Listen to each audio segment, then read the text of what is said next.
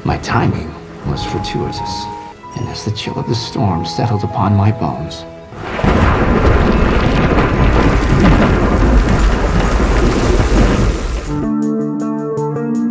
apa yang akan terjadi jika seorang pria dari abad ke-17 menemukan dirinya berada di tahun 2022? Bisakah pria itu beradaptasi dengan perubahan drastis dunia modern?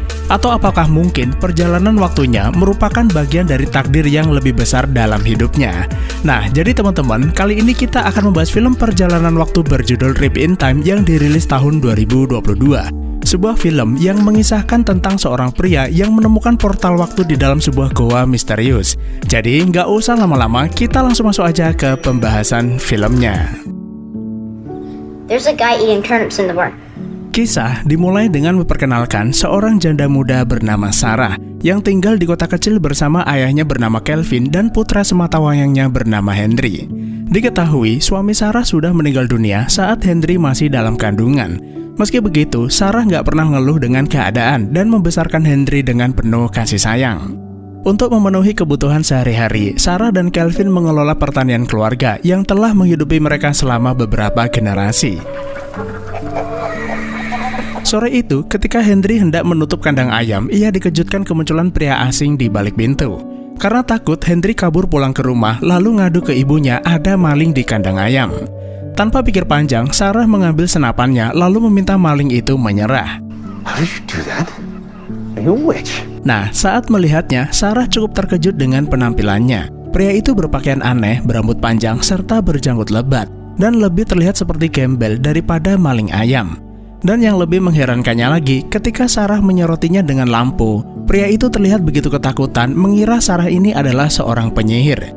Bahkan, pria itu juga menyebut Sarah sedang menyamar menjadi laki-laki karena melihatnya menggunakan celana panjang. Seem to have confused things. I've hit my head. Ketika Sarah melihat luka di kepalanya, Sarah menduga orang ini baru saja terbentur benda keras, lupa ingatan, kemudian tanpa sengaja tersesat ke tempat ini. Karena kasihan, Sarah membawakan makanan untuknya sambil merawat luka di dahinya, yang menunjukkan kebaikan hati Sarah. Pria itu pun meminta maaf karena sudah masuk pekarangan ini tanpa izin, lalu memperkenalkan diri bernama Rip. Rip mengaku tidak ingat dari mana ia berasal dan hendak kemana. Namun ketika sampai pedesaan ini, semua tampak familiar dan mengira tempat ini adalah rumahnya. Kelvin menduga jangan-jangan Rip ini adalah anak dari keluarga Harrison yang dilaporkan hilang ketika bertugas di militer beberapa tahun yang lalu. Dan jika diperhatikan, ciri-ciri fisik ataupun usia mereka mirip satu sama lain. Di luar dugaan, Rip mengaku memang pernah bertugas di militer, namun tidak merinci pernah bertempur di mana saja. What's going on? Everyone okay? Nothing to worry about. Everything's fine. Tak lama berselang, datang polisi setempat bernama Teddy, yang sebelumnya dihubungi Sarah untuk mengidentifikasi pria asing di rumahnya. Sekedar informasi, Teddy ini sudah sejak lama menyimpan perasaan kepada Sarah, dan itulah kenapa Teddy ini sangat gercep ketika Sarah membutuhkan bantuannya. He has the resources to help you. Setelah mendengar cerita Sarah, Teddy akan membawanya ke kantor untuk diambil sidik jarinya, kemudian mencarinya di basis data kepolisian. You have no horses. This is a strange carriage.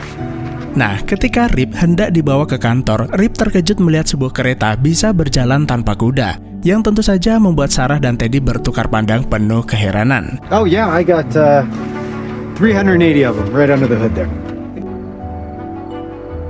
Sampai di kantor polisi, Ted segera memulai proses identifikasi. Namun anehnya, tidak ditemukan data identitas Rip di basis data nasional. Karena itu, Ted mencoba mengirim foto Rip ke markas militer, barangkali mereka bisa mengenali pria tersebut. Setelah itu, Teddy membawa Rip ke rumah sakit untuk memeriksa cedera di kepalanya.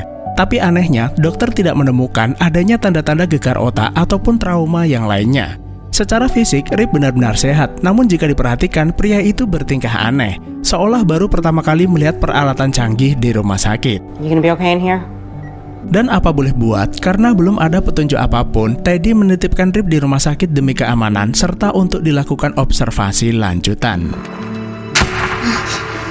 Lalu di tengah malam, Rip bermimpi melihat seorang anak kecil bersama sosok pria tua. Lalu terbangun gara-gara mimpinya tiba-tiba pindah ke medan pertempuran.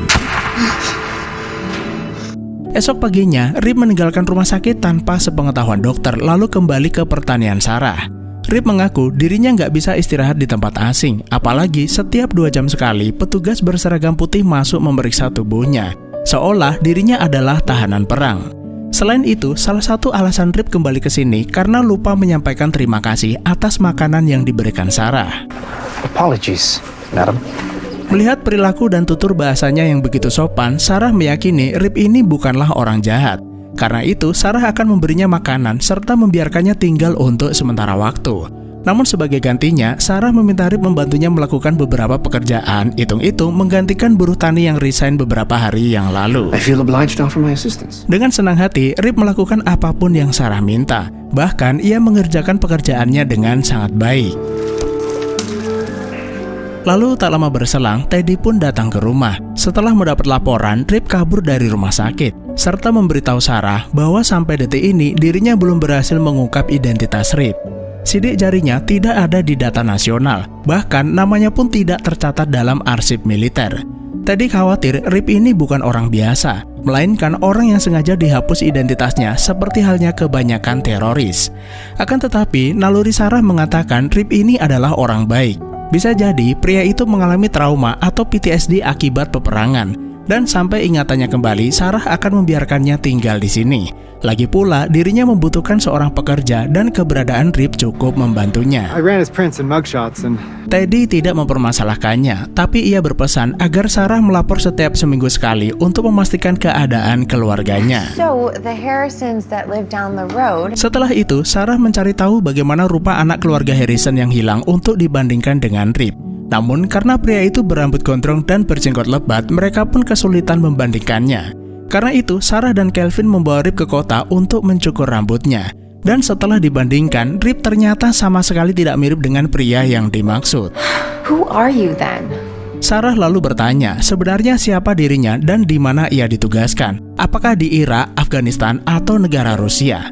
Rip mengaku tidak mengenal nama-nama tersebut. Seingatnya, dia perang melawan Inggris di daerah Delaware, yang tentu saja membuat orang-orang di tempat itu heran karena perang itu terjadi beberapa abad yang lalu. Nah, saat mereka dalam perjalanan pulang, Rip merasa janggal melihat keadaan kota yang begitu ramai dan modern. Rasa ingin tahunya membuatnya mengikuti siapapun yang menurutnya bertingkah aneh. Karena itu, sebelum Rip membuat masalah, Sarah buru-buru mengajaknya pulang. Siang itu, Rip kembali membuktikan bahwa dirinya adalah seorang pekerja keras dan dapat diandalkan di pertanian. Hal itu membuat Sarah terkesan, lalu memutuskan akan menjadikannya buruh tetap serta memberinya tempat tinggal. Errol lived and worked here even before we bought this farm. This is where I grew up. Kemudian, ketika Rip melihat rumah di mana ia akan tinggal, Rip berkata tempat ini adalah tempat di mana ia dibesarkan, yang tentu saja dibantah Sarah karena rumah ini sudah dimiliki keluarganya selama beberapa generasi. This isn't right. Everything is new. Seakan masih bertahan dengan pendiriannya, Rip masuk ke dalam, lalu dibuat terkejut mendapati interior rumahnya banyak berubah dibanding saat terakhir kali meninggalkannya. Meski begitu, Rip masih ingat ukiran kayu yang ia buat di dinding kayu saat masih kecil, bertuliskan Rip Van Winkle yang kedua, serta tahun 1758 yang merupakan tahun kelahirannya. I'm most certain about this place.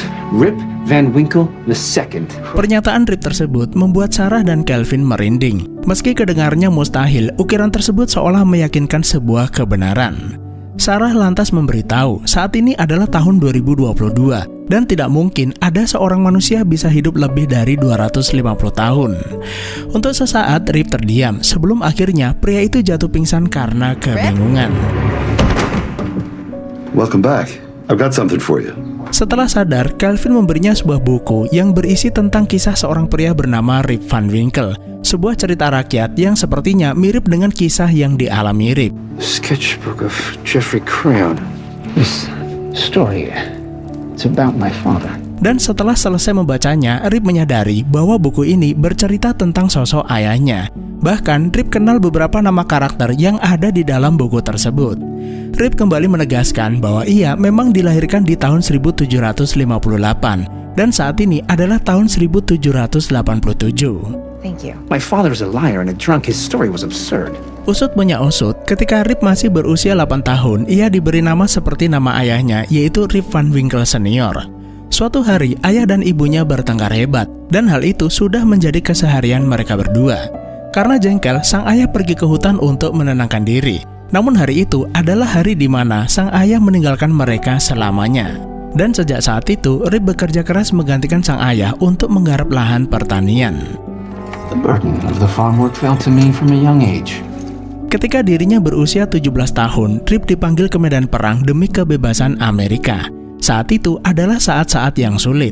Bahkan Rip pernah tertembak di tengah peperangan, meski pada akhirnya Rip pulang dengan selamat dan kembali menjadi seorang petani. Seiring berjalannya waktu, sang ibu meninggal karena penyakit tua. Sementara adik perempuannya menikah dan meninggalkannya sendirian bersama lahan pertanian yang cukup luas. Selama bertahun-tahun, Rip hidup dalam kesendirian. Hingga di suatu hari, sang ayah kembali ke rumah setelah menghilang hampir 20 tahun lamanya. Namun anehnya, sang ayah tidak menua sama sekali dan terlihat sama persis seperti saat ia pergi. Strangely familiar figure appeared as if an apparition from the mountains. Berita kepulangannya membuat warga sekitar menjadi gempar, terutama fenomena tubuhnya yang tidak menua. Sang ayah lantas membagikan kisah misterius yang dialaminya kepada warga. Saat itu, ketika dirinya berjalan-jalan di atas lembah, ia menemukan sebuah gua di mana terdapat botol minuman anggur di dalamnya. Di saat yang sama, terjadi badai petir yang mengerikan. Sambil menunggu hujan reda, Rip senior meminum anggur itu lalu tertidur tak lama kemudian. Dan ketika ia terbangun, Rip senior mendapati lingkungan di sekitarnya berubah drastis. Bahkan putranya yang saat itu berusia 9 tahun tumbuh menjadi 29 tahun. Nah, dari situlah Rip senior meyakini dirinya tertidur di dalam gua selama 20 tahun tanpa menua sedikit pun. Akan tetapi, meski fisik Rip senior adalah bukti itu sendiri, tidak seorang pun mempercayainya, termasuk Rip junior. Namun, karena sang ayah bersumpah bahwa apa yang ia alami benar-benar terjadi, Rip junior memutuskan pergi ke gua tersebut untuk membuktikannya sendiri. The dark rolling clouds which had been pursuing me laid to. Sampai di sana, hujan tiba-tiba turun begitu derasnya. Mau nggak mau, Rip terpaksa masuk ke dalam gua tersebut untuk berteduh. Dan benar apa yang dikatakan sang ayah, terdapat beberapa botol anggur di sana. Dan karena udara begitu dingin, Rip terpaksa meminum anggur tersebut untuk menghangatkan diri lalu ketiduran sampai pagi. Nah, ketika terbangun, Rip mendapati area di sekitarnya sudah berubah drastis. Karena itu, Rip sempat tersesat di dalam hutan selama 2 hari. Sampai akhirnya, Rip berhasil sampai ke tempat ini dalam keadaan linglung dan kelaparan. You're the son of Rip Van Winkle. I know how far-fetched this sounds. Setelah semua yang terjadi, Rip akhirnya menyadari gua itu adalah portal menembus waktu. Rip masuk ke dalam gua tersebut pada tahun 1787 dan keluar pada tahun 2022. Hal ini berarti Rip pergi ke 235 tahun di masa depan. Besar kemungkinan sang ayah juga mengalami hal yang sama. Dirinya bukan tertidur selama 20 tahun, melainkan pergi ke 20 tahun di masa depan. Namun, meski Rip menjelaskannya dengan sepenuh hati, Sarah dan Kelvin merasa sulit untuk mempercayainya. Karena itu, Sarah berencana membawanya ke dokter spesialis di kota New York untuk dilakukan evaluasi medis. I'm not afraid. I just think he's confused. Esok harinya, semuanya berjalan seperti biasanya. Rip menggarap lahan sambil sesekali menemani Henry bermain, membuat keduanya menjadi akrab satu sama lain. Meski Sarah masih skeptis dengan cerita fiksi yang dibuat Rip, Sarah tidak menyangkal bahwa Rip mulai menjadi bagian dari kehidupan serta menyesuaikan diri dengan rutinitas mereka, yang membuat Sarah merasa memiliki anggota keluarga baru. Bahkan, ketika Rip mengetahui Henry sering dibully di sekolah, Rip mengajarinya teknik bela diri agar Henry bisa membela dirinya sendiri. You could teach me to beat up Wiley? Kedekatannya dengan Rip membuat Henry merasa menemukan sosok ayah yang belum pernah ia miliki. Hal yang sama juga dirasakan Sarah. Rip ternyata pandai berdagang dan membantu Sarah menjual habis hasil pertaniannya. Tanpa sadar mulai tumbuh rasa suka di dalam diri Sarah. 1 minggu kemudian, Sarah membawa Rip ke kota New York. Dan setibanya di sana, Rip terkagum-kagum dengan bangunan yang menjulang tinggi. Dan takjub bagaimana manusia bisa berhasil membangun struktur sebesar itu. As I count backwards, your eyes will become heavier and heavier. Sampai di fasilitas medis, dokter melakukan pemeriksaan fisik lalu menghipnotisnya untuk mengkonfirmasi ceritanya.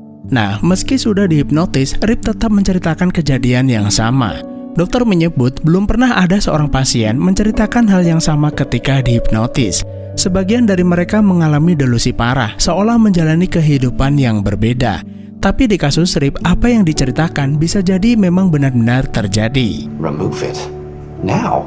We could remove it simply with a local anesthetic. Hasil pemeriksaan fisik juga mengungkap fakta bahwa ternyata ada sebutir peluru bersarang di tubuhnya, dan entah bagaimana Rip bisa bertahan selama ini.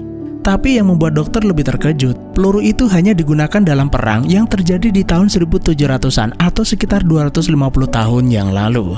Dokter lalu menyarankan agar Sarah membawa Rip bertemu dengan seorang profesor fisika ahli kuantum. Barangkali dia bisa menjelaskan fenomena perjalanan waktu yang dialami Rip. You, sir, may represent that there seems to be a connection between the particles that exist across time. In the future, it would effectively create a wormhole. Setelah mendengar cerita Rip, sang profesor pun menyampaikan sebuah teori. Ada kemungkinan area sekitar gua di mana Rip berlindung dari hujan deras mengandung unsur-unsur langka seperti bahan radioaktif uranium ataupun sejenisnya. Sementara badai petir yang menyambar mengguncang unsur-unsur tersebut, lalu terciptalah ledakan energi yang sangat besar. Energi tersebut menyebabkan distorsi ruang dan waktu, kemudian menciptakan sebuah lubang cacing sementara yang menghubungkan dua waktu yang berbeda. Dan itulah kenapa ketika Rip keluar dari gua, dirinya tidak menyadari baru saja melewati sebuah portal waktu. Namun karena sifat robekan ruang dan waktu itu hanya sementara, portal itu mungkin sudah menghilang dan Rip tidak bisa kembali ke waktu asalnya, terkecuali badai petir yang sama terjadi lagi di area gua tersebut. Fisika bukan hanya sekedar alat untuk menjelaskan fenomena alam semata, melainkan untuk membuka mata manusia bahwa tidak segalanya harus bisa dijelaskan dengan teori, karena alam bekerja dengan cara misterius di luar kemampuan dan pengetahuan manusia. Namun, terlepas dari semua yang sudah terjadi, Rip menyampaikan terima kasih yang mendalam kepada Sarah karena sudah bermurah hati dan mau mempercayainya, bahkan memberinya kesempatan untuk melakukan hal-hal berguna di tempat ini. Di lain sisi, sejak bertemu dengan Rip, Sarah merasa ada perubahan dalam kehidupannya. Semuanya menjadi lebih menyenangkan, entah karena rasa kesepian yang sekian lama tak terobati, atau mungkin karena Sarah sudah mulai mencoba membuka ruang hatinya untuk seorang laki-laki. Sementara Rip begitu mengagumi Sarah karena bagi seorang pria yang hidup di abad ke-17, kebaikan serta kemandirian Sarah adalah sesuatu yang tidak umum pada wanita di zamannya. Suatu hari, Ted datang ke rumah untuk menanyakan keadaan Sarah. Karena sudah cukup lama, Sarah tidak membuat laporan tentang Rip. Dan sebagai seorang polisi yang baik, Ted punya kewajiban memastikan asal-usul pria tersebut. Ted khawatir pria itu adalah seorang penipu yang ingin memanfaatkan Sarah, yang sebenarnya Ted hanya merasa cemburu karena Sarah begitu dekat dengan Rip. Sarah sangat menghargai kepeduliannya, tapi ia meminta Ted berhenti curiga karena Rip tidak seperti yang ia pikirkan. Lalu di sore harinya, Rip dan keluarga Sarah pergi ke Skaten untuk menikmati festival malam bersama warga desa. Saat keduanya asik berdansa, Ted malah datang minta gantian. A gentle ballad to which one can dance. Mind pack it in? Kembali ke festival, Calvin tengah berdebat dengan seorang kolektor penipu bernama Waylon. Waylon mengklaim barang dagangannya adalah barang antik dari tahun 1700-an. Nah, sebagai orang yang lahir di abad ke-17, Rip berkata bahwa apa yang Waylon jual hanyalah alat pertanian yang dipakai sehari-hari, sambil menjelaskan cara menggunakannya agar para warga enggak kena tipu. It's a flax break. Oh, I think I heard my phone ringing. Sampai di rumah, Rip kembali berterima kasih pada Sarah karena sudah memperlakukannya seperti keluarganya sendiri. Sarah memiliki kehidupan luar biasa, anak penurut, dan seorang ayah yang begitu peduli. Dan karena hari sudah sangat larut, Rip pamit pulang ke kabinnya. Rip! Namun, baru juga Rip keluar, Sarah tiba-tiba mengejarnya lalu memeluk Rip di tengah hujan gerimis. Momen intim keduanya tersebut tanpa sengaja dilihat Ted yang ternyata diam-diam mengikuti Sarah pulang ke rumah. Dipenuhi rasa amarah dan cemburu berat, Teddy menemui Rip di kabinnya. lalu memperingatkannya bahwa tidak seharusnya pria dengan identitas gak jelas seperti dirinya mengganggu keluarga petani yang baik. Ditambah, Ted tidak menemukan berkas yang menunjukkan Rip pernah bertugas di militer lalu menyebutnya pembohong. Kisahnya tentang perang demi kebebasan Amerika hanyalah omong kosong, dan hal tersebut bisa mencoreng reputasi keluarga Sarah. Jika Rip benar-benar mencintai wanita itu, sebaiknya Rip mendengarkan kata-katanya dan menjauhi tempat ini. Apa yang disampaikan Ted semalam membuat Rip kepikiran, apakah tinggal di masa dan tempat ini adalah keputusan yang tepat, dan mungkin sudah saatnya Rip kembali ke masanya sendiri. I can't find Rip. Sarah, it's from Rip. Suatu pagi, di tengah hujan gerimis, Rip meninggalkan surat perpisahan untuk Sarah. Rip mengaku bersalah karena tidak bisa menjelaskan asal-usulnya, dan khawatir hal itu akan membuat keluarganya dalam masalah. Karena itu, Rip memutuskan akan kembali ke tempat di mana ia seharusnya. I'm sure it will be for the betterment of us all. Sarah pun tidak mengerti kenapa Rip tiba-tiba menulis surat seperti itu, karena semalam Rip sudah berjanji tidak akan meninggalkannya. Sarah menduga Rip ingin pulang ke masa lalu. Karena itu, Sarah pun bergegas pergi menyusul Rip mencari goa yang ia ceritakan. Di tengah pencarian, hujan turun semakin deras, tapi Sarah nggak peduli dan terus melanjutkan perjalanan. Sampai akhirnya, ia menemukan Rip duduk sendirian di dalam gua, tenggelam dalam kesedihan dan rasa bersalah. Sarah lalu bertanya kenapa Rip meninggalkannya. Rip mengaku dirinya hanya tidak ingin membuat keluarganya dalam masalah. Ted menyampaikan sesuatu yang menurutnya benar, dan itulah kenapa dia harus kembali ke tempat asalnya. Sarah pun dengan keras menyangkal hal tersebut.